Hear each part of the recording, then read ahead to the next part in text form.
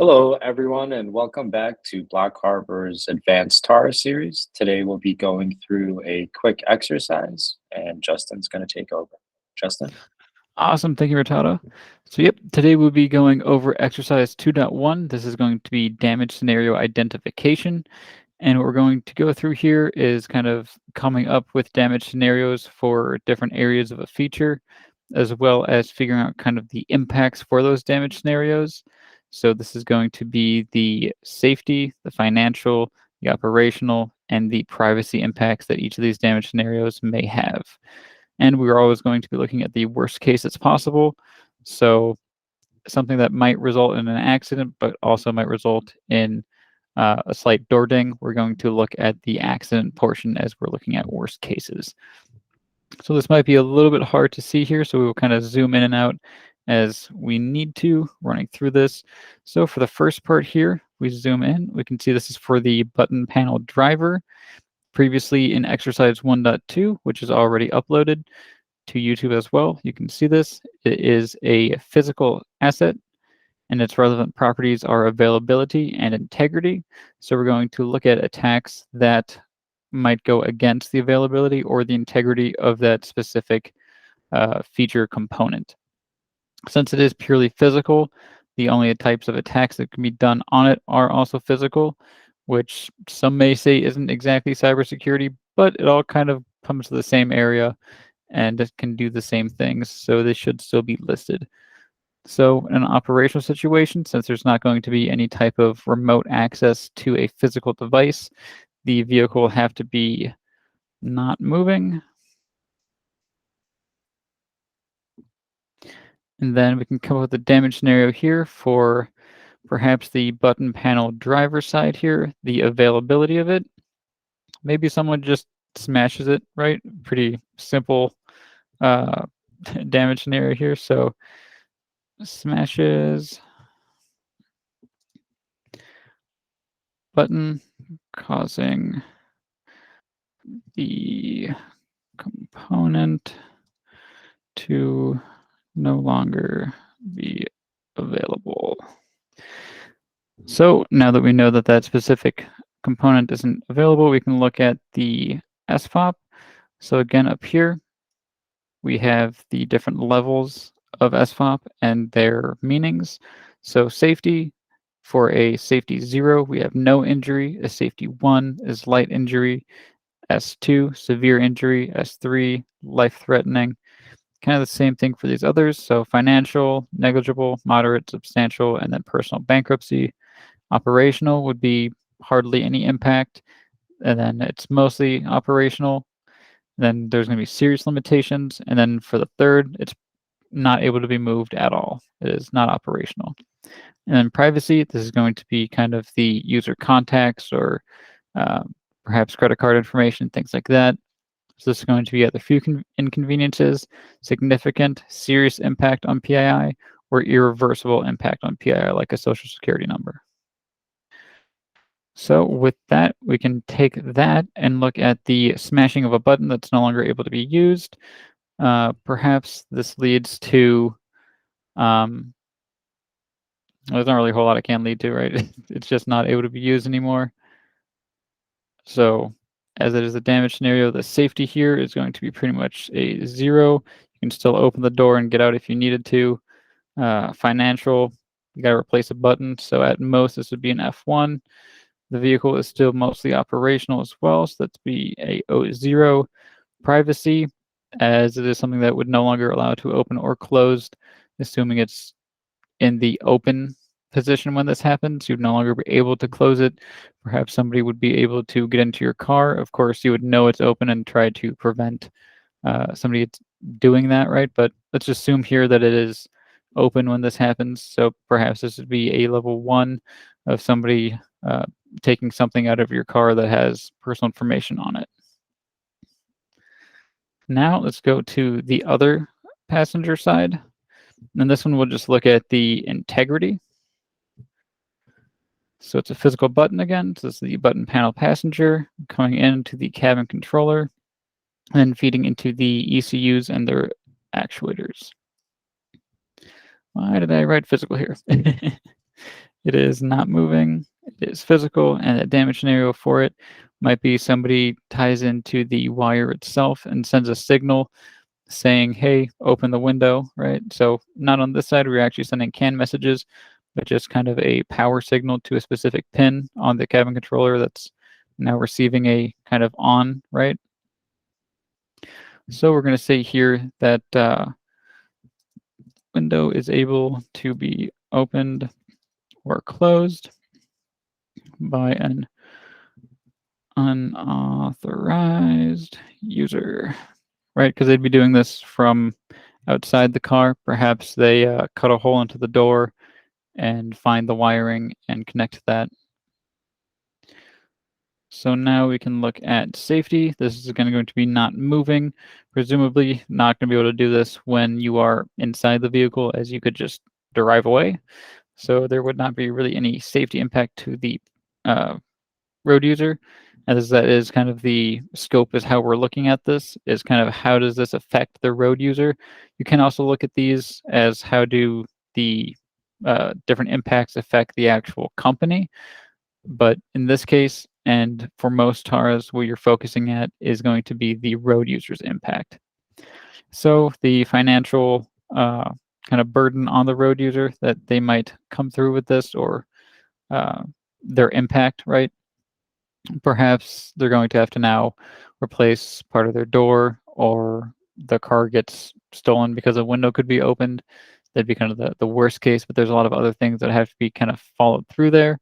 And we can't make the source of assumptions by looking at just this feature alone.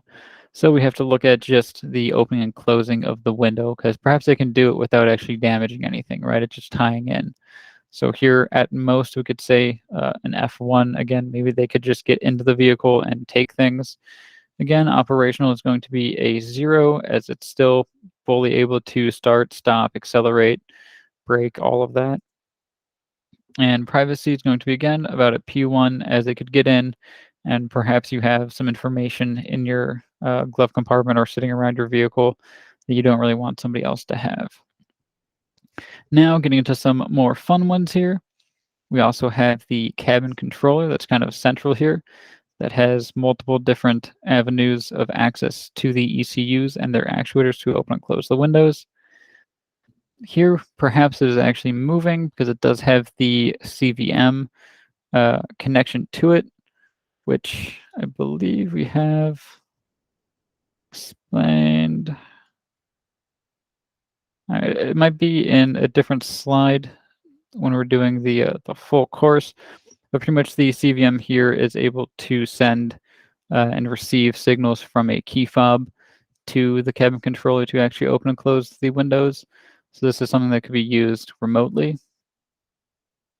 So here, let's say that we are actually moving and we receive a signal from a CVM that might be getting spoofed, and it's saying to, let's say, open the windows just for fun, right? So windows are opened by an unauthorized user.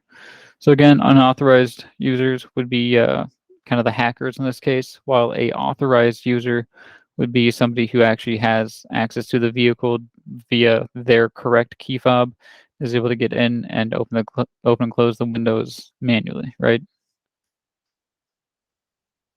So safety here, absolute worst case scenario, maybe windows are opened and something flies through the window or something like that, right? It's going to be kind of the worst case. We don't want to make assumptions on how somebody might react to this. So while somebody may have their windows open without them doing something and get so freaked out that they like veer off the road and into a tree or something and would be a safety critical, we can't really assume that, because that's kind of a individual reaction. It's not exactly how the car would react to this, right? So it's not like a person is being forced off the road. It'd be kind of a reactionary. So we don't want to base it off of that. We can, however, still assume that worst case, perhaps something does fly through the window or something like that that wouldn't otherwise happen. So we could give this an S1. For financial now, that might be the worst safety, but financially, there's not really a whole lot that will go on, as we're in this specific situation. We are moving. It's not as though somebody can break into the vehicle and take something, right? So that'd be a F0. Operational, this would now be a 1 as you are moving, and perhaps you're not able to open and close it because the other person, the attacker, is actually doing the opposite of whatever you want, right?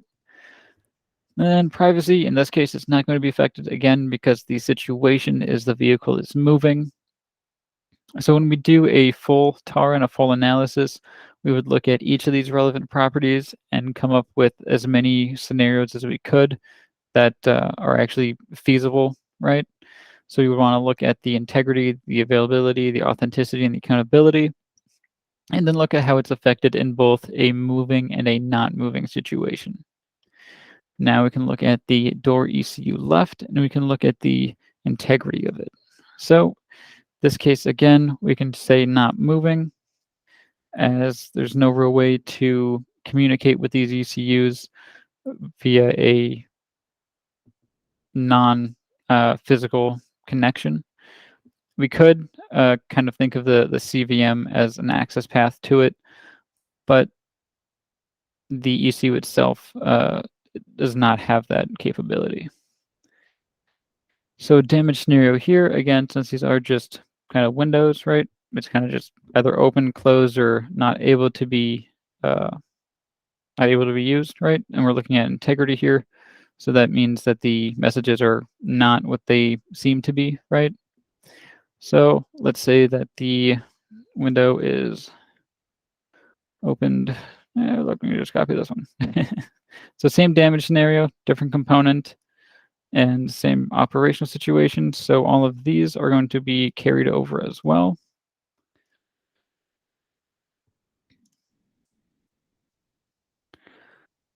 Awesome. So of course, the reason that that kind of makes sense is because the result is the same while the attack path might be different, right? So the actual impact that would be felt by the road user would end up being the same. Now we can go to the other ECU, and this time instead of looking at the integrity, we can look at the availability. Again, in this case, it would be not moving. Damage scenario here would be window is unable to be opened or closed. So pretty much whatever state the window was in before this attack happened, it now would be staying in that. The threat scenario for this damage scenario would actually be something closer to this. Looking back, this is kind of written incorrectly. The smashing of the button is kind of the threat that causes it to not be available. It not being available is what the actual damage scenario is. So up here would be the window is unable to be opened or closed, again, because it is destroyed, right? So it'd be an attack on availability, same as down here. Of course, different way of doing it, right? So rather than physically destroying a button, here you'd be threat scenarioing it out as perhaps a attack on the CAN bus, doing a flooding of the CAN bus, or perhaps flooding just the specific ARB ID of that ECU and just making it not able to receive those messages. Or even here, it's got an executable. Perhaps you're going all the way into actually messing with the flash of that specific ECU and having the executable just no longer function. Could even make it do the opposite, right? Could have it so up means down and down means up, or open means closed. So here you do now see that there's the same operational situation and the same damage scenario. So the SFOP will be the same for this as it was for the destroying of the button. So we can copy and paste these down.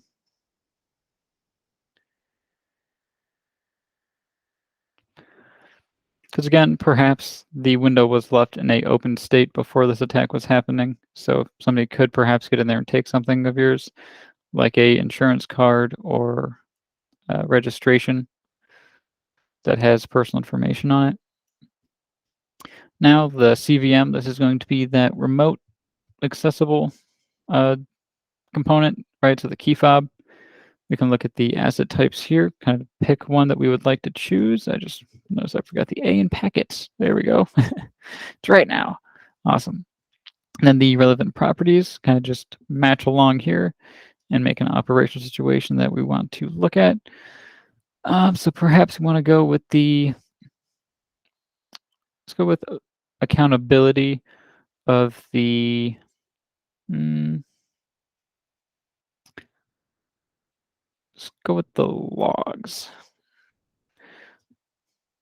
Doesn't really matter if it's moving or not. So let's just say not moving, because this would make more attacks feasible. Damage scenario is going to be, let's say the logs are, rather than stolen, let's just say copied and viewable by an external party.